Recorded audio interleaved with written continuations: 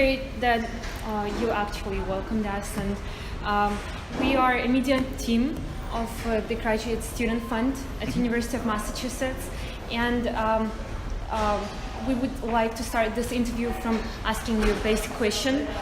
Why did you become a technical analyst? Well, that's the intersection of desire and opportunity. So when I was starting my MBA at Umass Boston, I was working in the technical department at Fidelity. I was telling your colleagues I was an assistant, trading assistant, and so I realized I needed more of a career than just a job, and at that point I had just a job. But after going through the early curriculum in the MBA program, what I realized was I was walking to work in a great opportunity. If I could leverage some financial expertise and then use the experience I was already getting at Fidelity, I had a decent foundation for a career as an investment analyst. And I found out the more I learned about other ways of researching the market, fundamentals, quantitative, economic research, I found that actually what I was doing in technical analysis really appealed to me, particularly the behavioral aspect that goes into driving prices and game theory and some of these other things that research has been unearthing and linking to technical dynamics in the market. That all became very compelling for me, and since I had a background and I was already working at Fidelity in an incredible facility, which I'll be sharing with the Student Managed Fund later today, it made sense to really move forward with that as I also kept working on other potentials. And do you have MBA in finance? Or I'm concentrated in finance, so I'm not a master's in financial science, but I did concentrate in finance. Yeah. So what soft skills or hard skills does a person of your stature need to possess in order to be a great technical analyst? Sure, soft skills. It's a great question, because I thought when I became an analyst that I would be connected with a few key portfolio managers and I would be on their team and I would be answering questions of a technical nature that they may have. And it turned out that that's actually not at all the case at Fidelity. When I was made a research associate, which is a junior financial analyst, they basically said, well, here are the names of the 60 portfolio managers you could potentially be talking to. This is a list of 10 of them that have historically used technical analysis quite often. Go ahead and start talking to people. And so what I realized quickly was that you actually had to have a very particular set of soft skills to go along with the academic work and the studies that are required. And one of the biggest ones is being willing to put yourself out there in an uncomfortable situation. Knock on a door of a portfolio manager who's much more experienced than you and it doesn't know your name, and go in there and start trying to build a relationship from scratch. So I think the biggest things are courage and then accountability. Once you've given somebody a recommendation, you are still responsible for that recommendation going forward. So if they all work out perfectly, then you're doing fine, but as soon as they start to break, you have to go around and make sure that if you've changed your opinion in your research, you have to follow up with everyone you've given advice to and tell them what the new advice is. Otherwise, they might have already discontinued to buy some stock that is no longer doing well in the market based on the technicals. So the portfolio managers rely more on fundamental analysis than technical analysis? Generally, they do. Here, we have a much bigger fundamental research shop than we do technical. I think, round numbers here, but we have somewhere around 100 fundamental research analysts, and at the moment we have 5 folks doing technical analysis at FMR and about 30 or so quantitative analysts. So we are a complementary piece in the research. But that said, each portfolio manager is their own basic case. So one of the jobs of the technical analyst is to figure out how does technical work in each of these processes. And if there isn't an obvious place that it already has been, how could we use it to complement the existing process? So that's actually a big part of my job, is when I meet a new person who's running a fund for the first time, I have to figure out, can this help? How does this help them? And if they're very fundamental, or if they're very into the balance sheet or the intrinsic valuation of a stock based on those fundamentals, what can I do to help them either with risk management or some other part of running the portfolio? So is this a case just in Fidelity that the number of fundamental analysts are more, or is this the trend across all the investment? I mean, I can only speak from this experience in this building, but generally I would say Yes, fundamental is a much more broadly accepted research discipline than technical, and I think you can look at this, for example, the number of CFA charter holders versus the number of CMT charter holders. Right. I don't know the exact numbers, but when you think about it, there's tens of thousands of people sitting for a CFA every year, and there are less than 2,000 CMT charter holders, period, from its beginning in the 80s to now. So it is much smaller. You said when you started the job there were only 10 portfolio managers who would like to have technical analysts. Did you make more of those portfolio management? Well, those were the folks that were presented to me as having a legacy of being heavy users of the group. So all the portfolio managers are surveyed on which analysts help them invest, and those were the folks that had consistently said technicians are also a big part of what helps me invest. So I'm sorry, what's this? So the question, did you make more portfolio managers to believe technical analysis? Yeah, so I mean, everything about Fidelity in the equity group is geared towards the longer term. So I was advised when I started that it was best to start small, try to see if I can get 3 or 4 folks to engage with me and find value in my work, and then build incrementally from there. And so I've tried to do that, and I think, yes, I can probably say with some confidence that there are some folks using technical analysis now that were not using it 4 years ago, and I was the person that made the connection for them and helped them add it to their process. But that's what every one of me and my counterparts do. I mean, if we aren't growing the footprint of technical, then we start to hear about it in our performance review, since it's a big part of the job, in addition to obviously being accurate and trying to make some money. That's great. So, as of today, what do you think of the market, like as of today? Well, part of it is that, just from my discipline, the things I look for in the market, or I want to see broad participation amongst many different groups of stocks. So the fact that U.S. markets are doing well and making new highs, as are developed international markets and emerging international markets, that's a key barometer of market health. And since that's actually all working in concert, that's a very constructive characteristic for the markets. And then when I look at stock participation in the uptrend in equities, you're seeing it from the top level of stocks, but also from the mid and small cap stocks as well. And it's not just semiconductors or the FANG stocks. It's you have a lot of different sectors participating in the rally. So to me, from a broad perspective, the things that I like to see as a technician, I think generally are present. Of course, the job every day is to come in and see if any of that's changing. Yeah. But generally, I would say that that things are fairly constructive for the market, and I think that there aren't too many obvious danger signs right now. So, I mean, your team consists of like 10 people, right? So, do you guys have divided the sector among each of you, or do you guys see a broad perspective of the entire sector or the entire economy as a whole?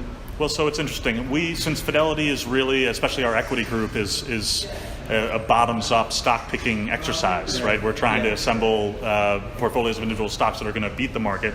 Our senior folks are actually really drilled down into the stock level. So this is different than a sell-side research shop, for example. Like most technical shops on the sell side are rather small, and then the top person in the shop, the principal, is usually a macro strategist. And they're talking about the market call and what are bonds going to do and what are the asset allocation decisions that stem from that. Whereas we're flipped around. So our senior folks are the closest ones to the stock level. They rate the individual stocks. And someone like me who's on the junior level on the technical team, I actually write about macro. So if the 10-year rate is changing from a downtrend to an uptrend, I actually look at that, write a note about the 10-year yield, and then try to link stock level dynamics to that market call. And which index do you usually follow to look at the macro? So there's a couple of different things. I mean, the S&P 500 index, I would say, is probably the most important for us because of its size and because we're U.S. focused. So, one thing I've learned over the years is that the international markets are far smaller than the domestic markets for equities.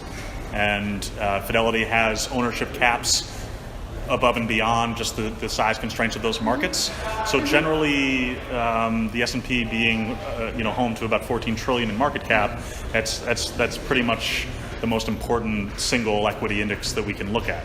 Now that said, I look at MSCI ACWI, MSCI ACWI XUS, a lot of the emerging market index, the IFA index for developed markets, and then some broad market measures as well, the New York Stock Exchange broad index.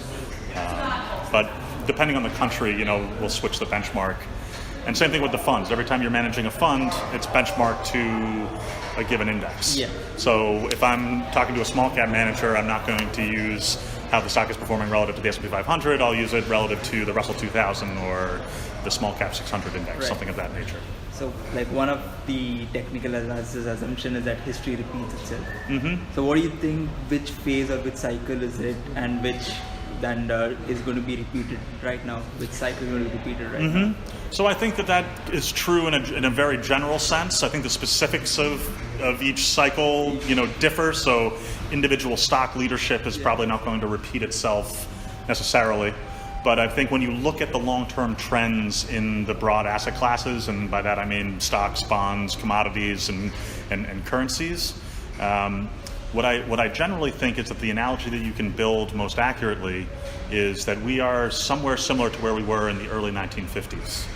And when you look at the yields on the 10-year Treasury, just like now, those yields are at very low levels relative to history, and that's the same thing that we had from the late 1930s to the early 1950s.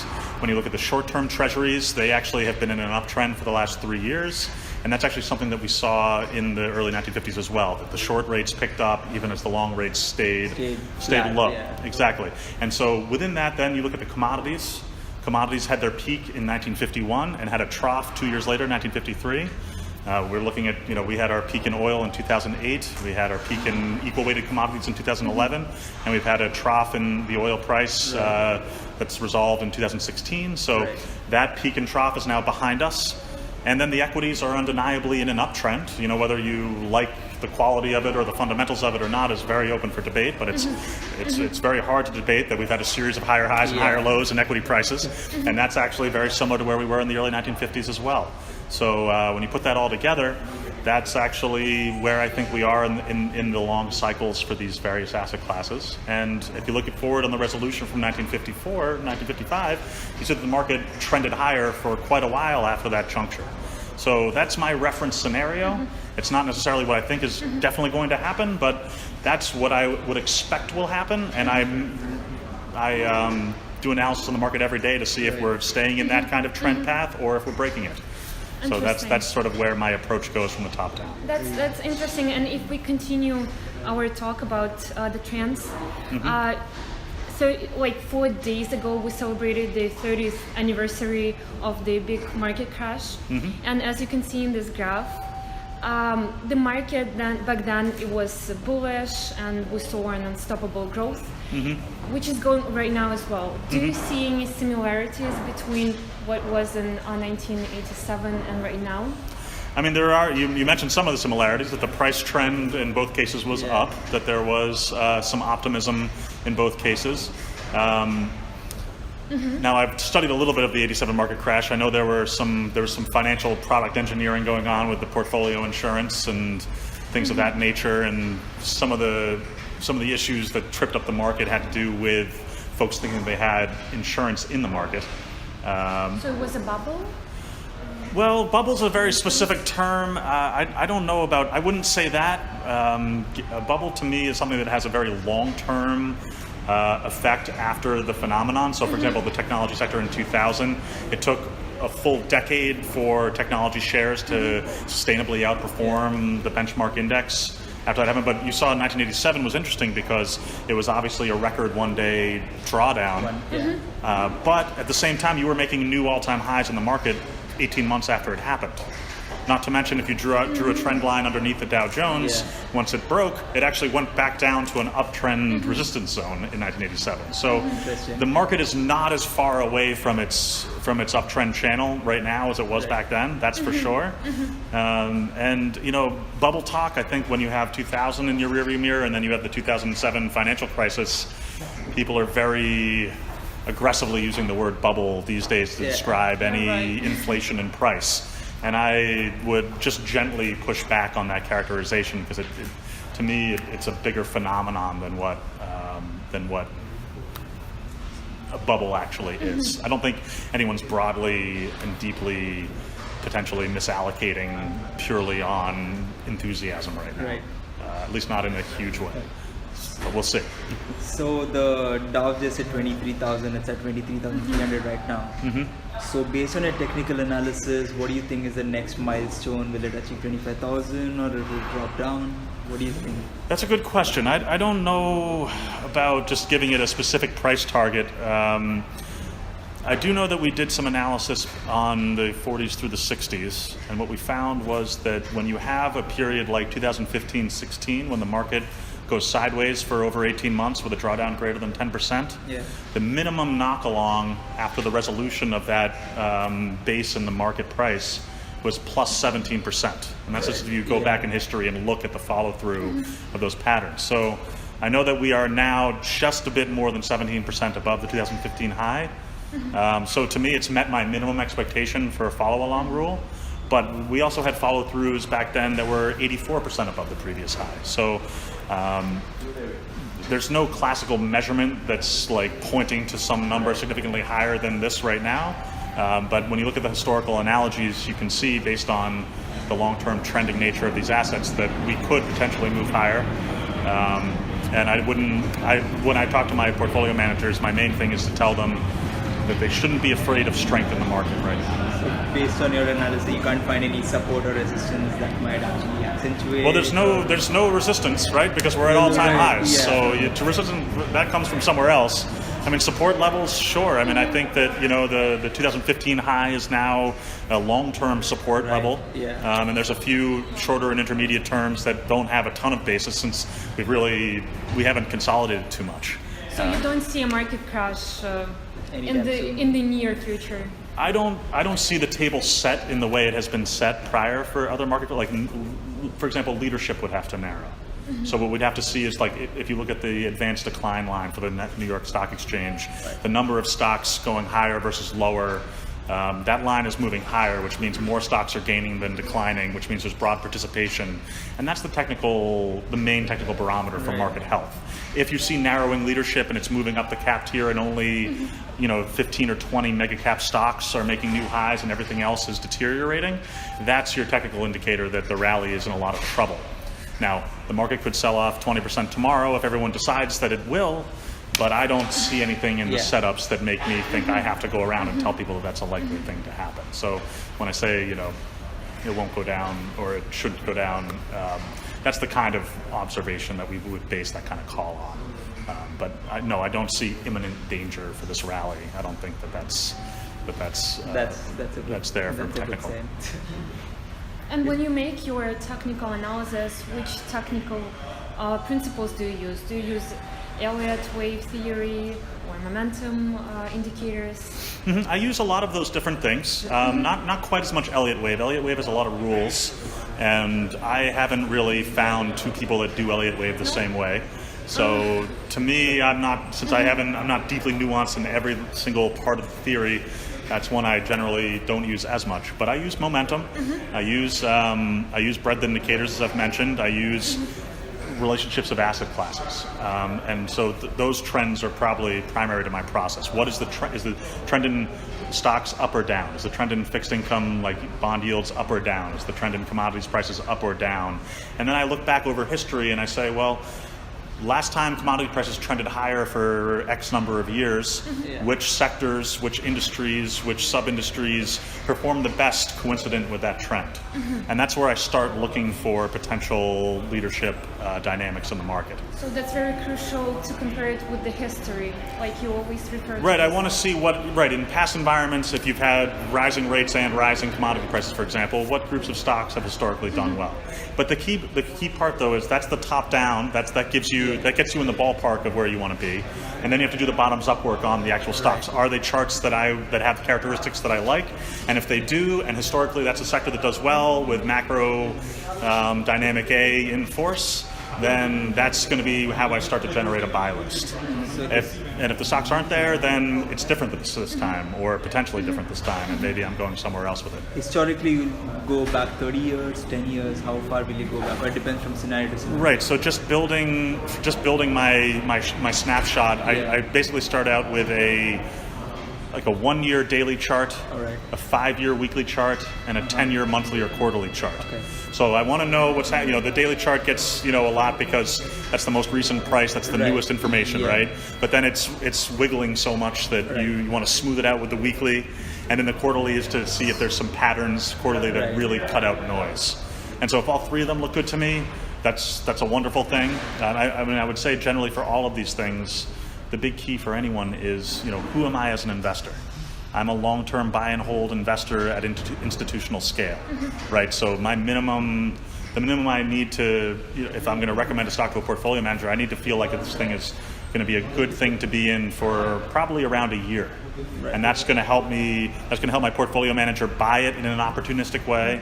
That's going to hopefully, it's going to stay in force long enough that any headline news, any tweets from a certain president or anything else that can impact short term, that can all shake out and leave the stock enough time to trend in the direction I think it will, and then enough time to get out.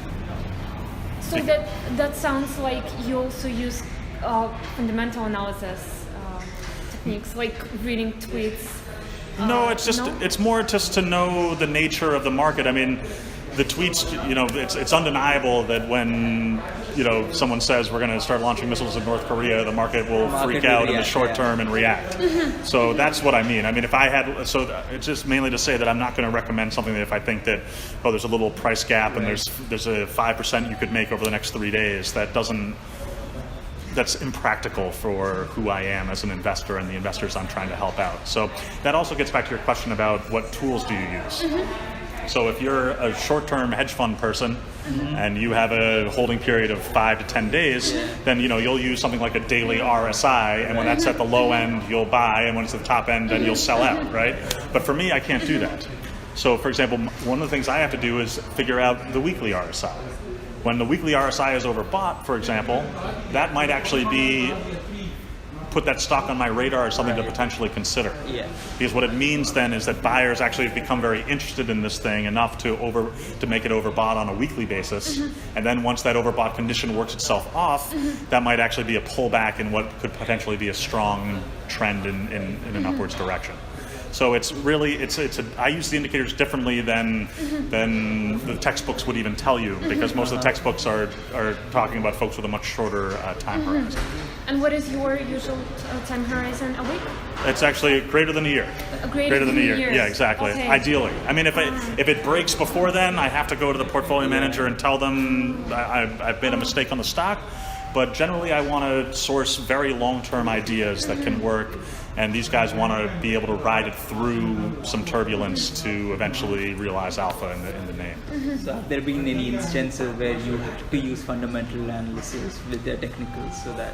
I'm sorry, say again? Has there been any instances where you had to use fundamental analysis? Yes, I mean, one of the things I'm primarily responsible for is doing studies that the PMs commission from me. So if a portfolio manager is asking me to look at fundamental metrics in addition to the technicals, then I will take a look. But it's usually from a visualization basis, because I think the big key here is if I'm talking too much about fundamentals, there's somebody that knows a lot more about them that's on the same team as I am on the equity desk that should probably be talking instead of me.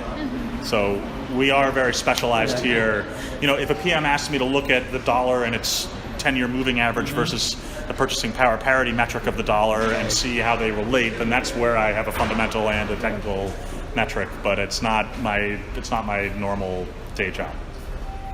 So I found this quote, this Warren Buffett's quote. So he quoted that, "I realized that technical analysis didn't work when I turned the chart upside down and I didn't get a different answer." So what is your take on this? Where is this the one? question 13. Yeah. Well, I think he's looking at the wrong chart.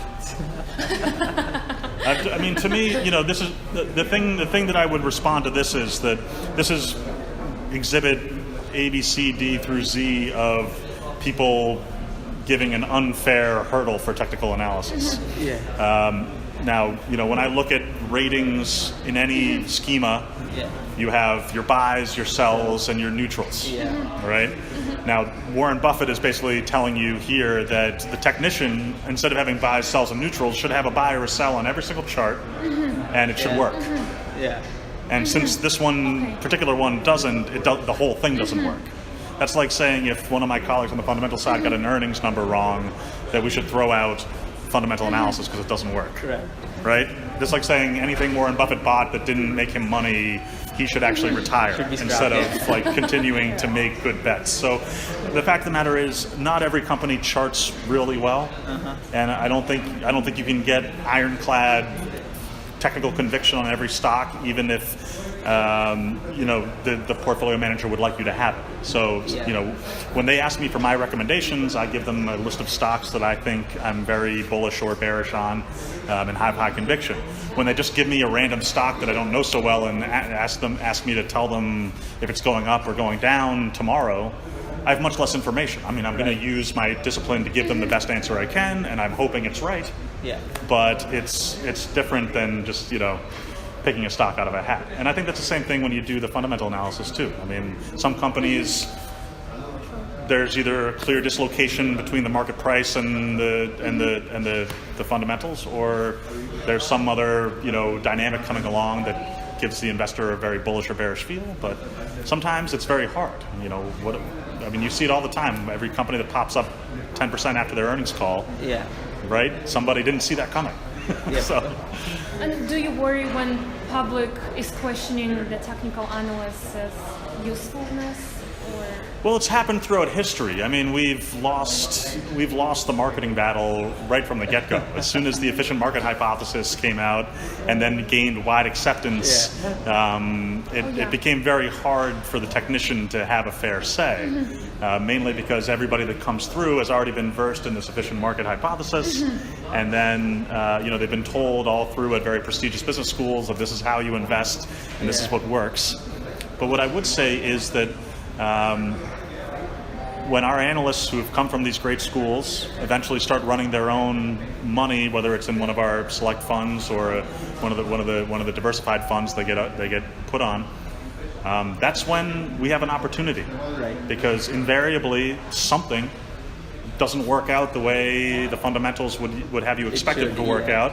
And then we have an opportunity as technicians to start talking about some of the other dynamics in the market that move prices. Then it's your time to shine. Hopefully. And if we can deliver value, then that's actually how we start. I don't start because someone says, gosh, I've been reading all this about technical and it sounds like an amazing way to make money, so I'm going to call a technician. I start by somebody asks me about a stock and I give them a good answer. And then the stock makes some money and they say, wow, I don't know what this guy does, but he knows something. I'm going to have him back in the room. And if my picks keep hitting, then I build the trust. If they don't, then maybe that's not going to work out for me and that portfolio manager. But it's really about the track record. Just like the research. My first research report, I wrote 40 pages. All these charts and all this evidence to prove my technical thesis about the broad market. And I found out, no, you don't want to write a research report that's more than 4 pages. Because no one's going to read the next 36. They're probably not even going to read the 4 that you wrote. They won't have time to read the 40. Exactly. If you do your portfolio, I probably won't have time to read them. And they're really only going to notice if I did anything wrong if the call at the end of it is bad. And they might notice a key point that strike out. Now you have to do all your work, right? Because if someone does find a glaring mistake, you might be out of a job for them, right? I mean, but no one's really looking. No one's going around your note with a red pen saying, "Oh, I didn't do that right." So this is not about stocks; it's about cryptocurrency. So do you use the same principles that you use to analyze stocks, to analyze cryptocurrencies, or is there something different for cryptocurrency? I mean, the caveat that I don't know a ton about cryptocurrencies beyond a few conversations with some of our folks that study them. But yes, I mean, until someone gives me an ironclad reason to prove otherwise, then my basic starting point is to evaluate the cryptocurrency like a stock. As long as there's liquidity and there's buyers and sellers, I mean, that's really what technical analysis is about. It's about It's about looking at the buyers and sellers and evaluating which group is more powerful based on the price action. So our final question is, what would you recommend students who would like to become technical analysts? What do they need to do? Well, there's a couple of things. First of all, I think they need to understand how technical analysis fits in with fundamental analysis. Where does one stop and the other one start? Because there are very few places where there are pure technicians. Yeah. The sell side shops are generally pretty small. And at buy-side shops like ours, there's far fewer technicians than there are generally other analysts. So most of the opportunity would be at like a smaller firm, a boutique investment shop where you're more of a hybrid role.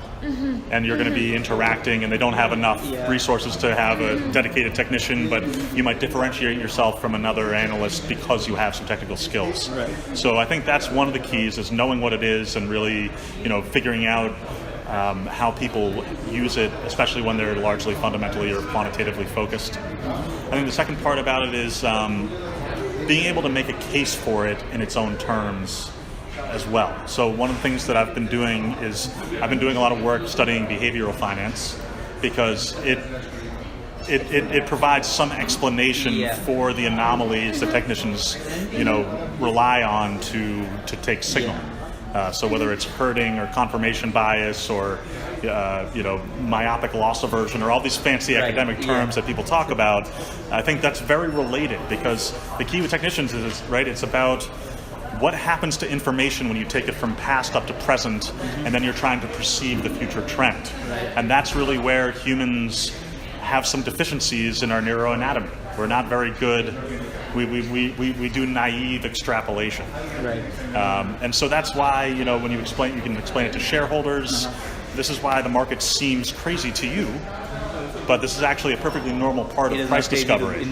Right? The price may shoot up in a crazy way, and then after more information comes out or buyers and sellers have time to react, you see it generally correct, or potentially it's an underreaction in how far it went up, and you see it move even higher. But those things, I think, come from perception, right? The perception of future price. Yeah.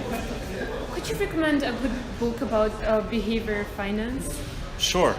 So there's a couple of books. One, just for technical. There's a book called Technical Analysis Explained by Martin Pring. And that's actually a very good book for just introductory, introducing the technical toolkit and the principles behind it. It's just very clearly written, not quite a page turner, but easy to understand.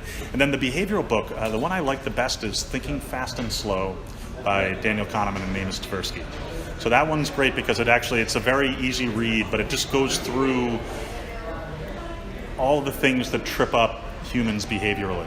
And it starts showing you how easy it is to imagine a world where we are not perfect information processors, perfect probability machines, and there's a large potentiality for mispricing because of how humans behave.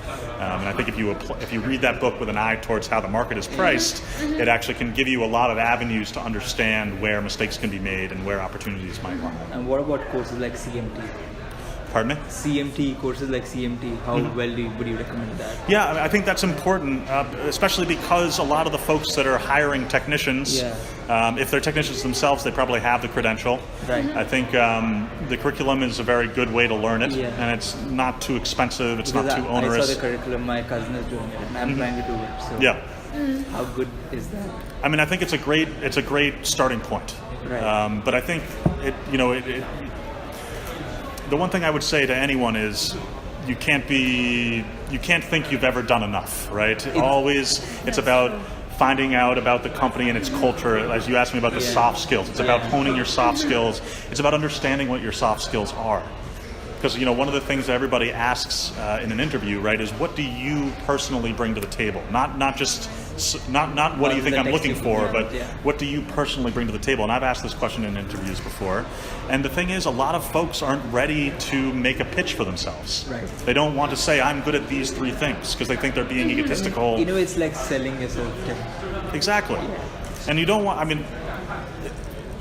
I understand that bragging is not, no one wants to be seen as a bragger, but you do have to have a coherent understanding of who you are as a person. Are you talkative? Are you not talkative? Do you observe things? Yeah. Are you very detail-oriented or are you conceptually oriented? Right. All of these traits that we have in our personalities, they can be valuable.